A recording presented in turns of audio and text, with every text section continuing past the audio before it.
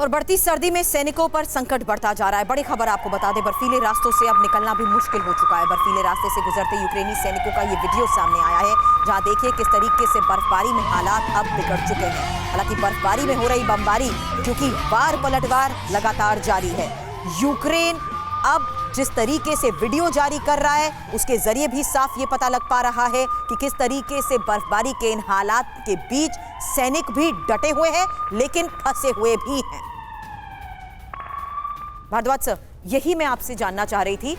दोनों तरफ से यह कह दिया गया है कि वार पलटवार जारी रहेगा, लेकिन युद्ध का ये जो दायरा अब बढ़ता जा रहा है उसमें क्या ज़ेलेंस्की ने ही मजबूर कर दिया है, प्रोवोक कर दिया है, या इग्नाइट करने की कोशिश कर रहे हैं पुतिन को किसी लिहाज से?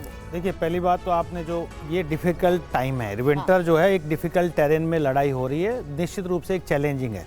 लेकिन मैं कहना चाहता हूँ कि ये जो लड़ाई हो रही है ये दो पोल के बीच में हो रही है या दो देशों के बीच में हो रही है, लेकिन उससे बड़ा ये दो राजा है, क्योंकि एक राजा को जाना होगा। अगर जो चार क्षेत्र रशिया के कब्जे में है, अगर रशिया उनके साथ चला जाता है तो ज़ेलेंस्की को जाना होगा, क्योंकि उसका पॉलिटिकल लेकिन रशिया स्टेटस में नहीं है ना कि वो गवर्न कर सके, इसलिए उसने कब्जे का ऐलान नहीं वही किया बात था। कह रहा हूं कि अगर ये क्षेत्र रशिया ने प्रपोजल दिया है ना, तब तक हम वापस नहीं हटेंगे। तो अगर वो चले गए तो ज़ेलेंस्की का जाना यूक्रेन से तय है, और अगर वो वापस ज़ेलेंस्की के पास चले गए, यूक्रेन के पास चले गए, तो रशिया पुतिन के लिए मुश्किल हो जाएगा। तो ये सर्वाइवल की भी लड़ाई। आपकी बात कोई बड़ी करती हूँ तिवारी सर, आप देखिए ना, रूस का मुकाबला किससे? अकेले यूक्रेन से नहीं है, रूस वर्सेस 30 नाटो कंट्रीज हैं। तो इतना आसान तो है नहीं पुतिन के लिए, वरना कब का यूक्रेन पर वो कब्जा पूरी तरीके से कर लेते। इस वक्त जो सिचुएशन है उसमें यूक्रेन की मदद तो लगातार ये देश कर ही रहे हैं, तो पुतिन को कितने दिनों तक ये युद्ध देखना पड़ेगा ऐसे ही?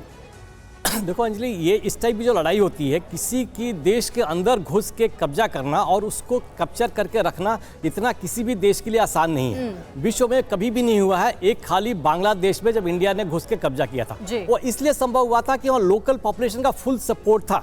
अब किसी शहर में घुस के तो रशिया को भी मालूम है कि जहाँ तक वहाँ पर रशियन पॉपुलेशन ज्यादा है वहाँ रोक सकता है, उसको उसके आगे बढ़ के आज भले कब्जा कर ले, बाकी लंबे समय तक उसको अपने कंट्रोल में रखना मुश्किल।